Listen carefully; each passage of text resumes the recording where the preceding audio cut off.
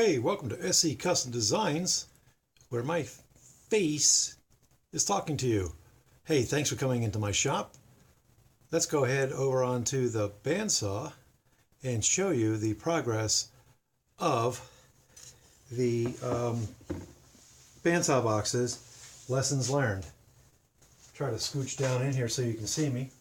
So essentially, and we said we'd show you every part of the process, making these things. So at this point I need to make handles, little cute handles that are going to go on the front of the drawer. So what I did is very simple. I try not to get too complicated because then I'll just lose myself. Alright, so all I did was take this, draw circles 1 3/8 onto a 2x4 that I just basically ripped in half. So we got those going on.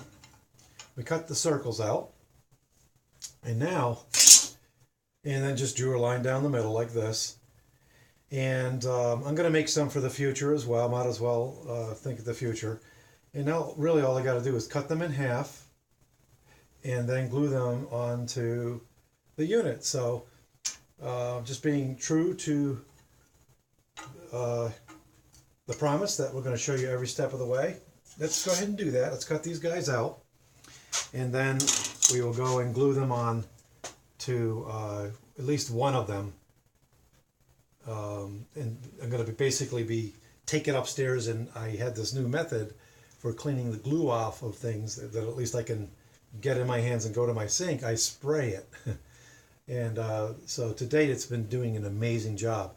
I've had a lot of not so good luck with glue essentially coming out after the fact. So you clamp it up, you got everything, you've swabbed it, you've done everything you can, you turn around, you look again, and there's the glue coming back out again. So essentially one day, just out of some desperation, I thought, how in the world can I get all this glue off? And then ding, the light bulb went off. And I'm like, I'm just going to use my sprayer hose for my sink. I have a very powerful sprayer hose with my newest, what do you call those, spouts.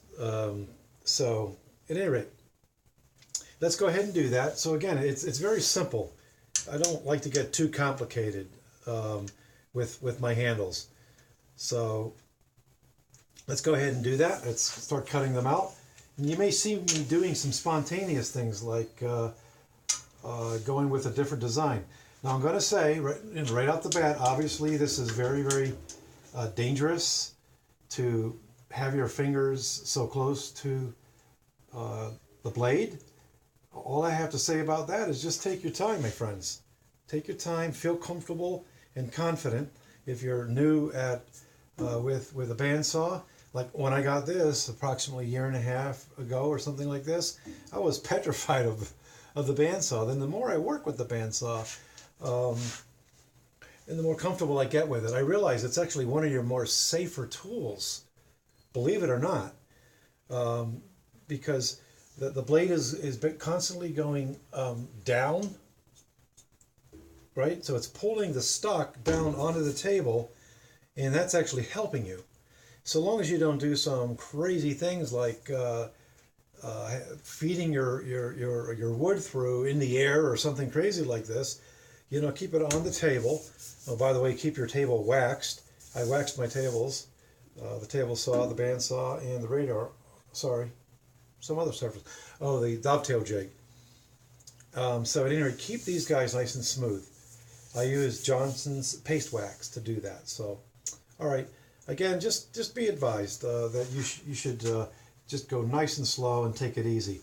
I'm not going to hook up the dust collection, which is my jet, nor put on ear protection because I'm just going to do this quickly. I'm not going to be doing a lot of it, so.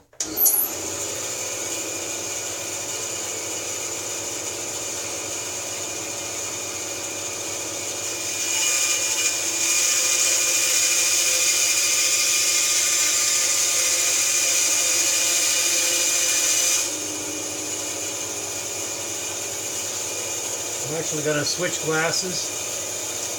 I highly recommend Did you get a pair like this? We'll wait till that thing gets quiet on me. Oh, by the way, my bearings locked up. I have no idea why that happened. I have an idea. I cleaned them with a with a cleaner, basically, that probably dried everything out in there. So that was a lesson learned.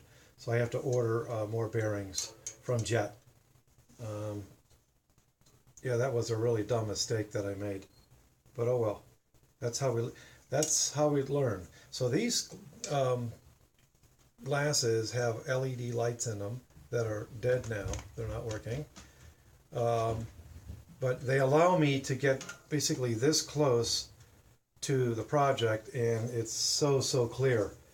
It's like having new eyes. Unfortunately, when you get up into the 50 something, I'm 55 years old, things start failing on you. So at any rate, I decided I would put on these glasses because I need to really see.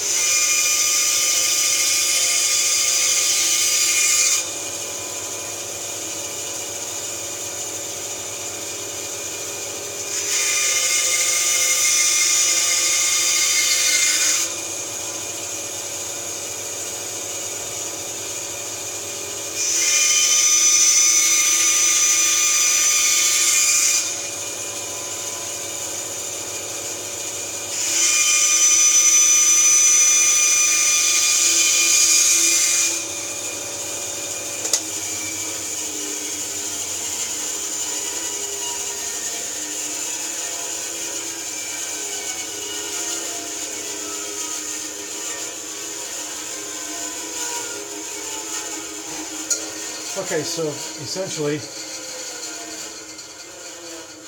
we have our buttons, our little handles, and we'll take them over to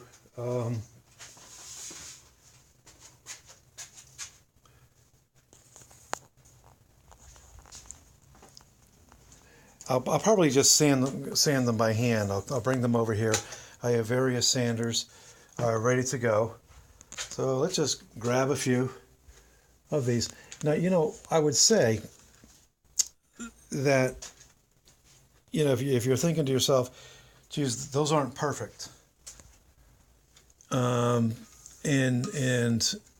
I say, I welcome that, because that gives us a sense of originality.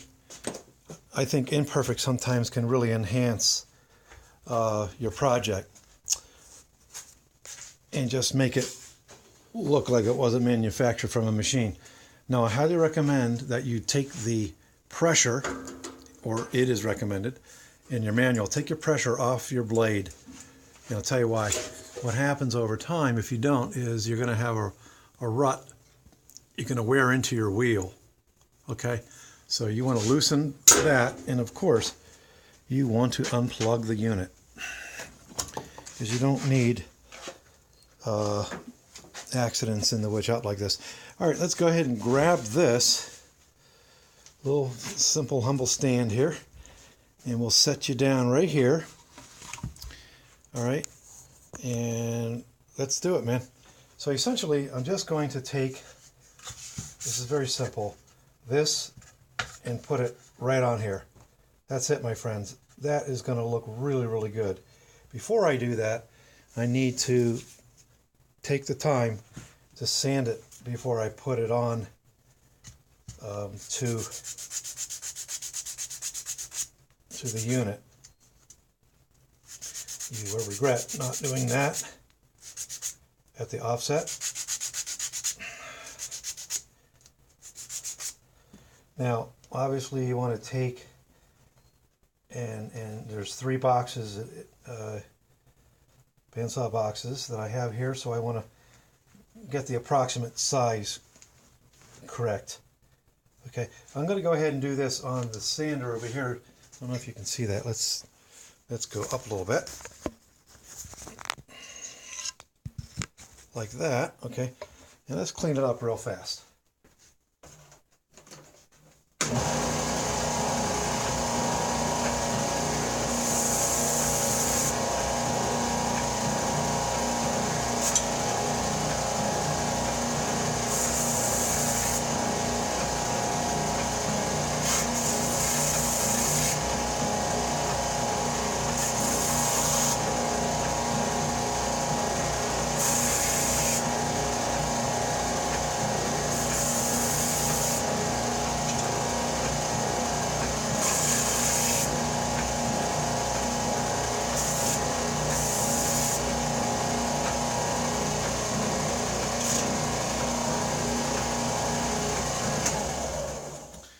Okay, so we cleaned up the faces of them. Okay, I have this little block, by the way. Let me show you my little system here. I have a 2x4 that I have notched out with a little base there. And then I take this block here, I set it down in here, and then I can drop it just like that, and I'm ready to video. I have a skinnier block like this if I need to go at more of an angle. So very simple, and you just figure these things out along the journey. All right, so we've got these candidates ready. Just gonna do a little bit more fine sanding here, some fine tuning. Okay.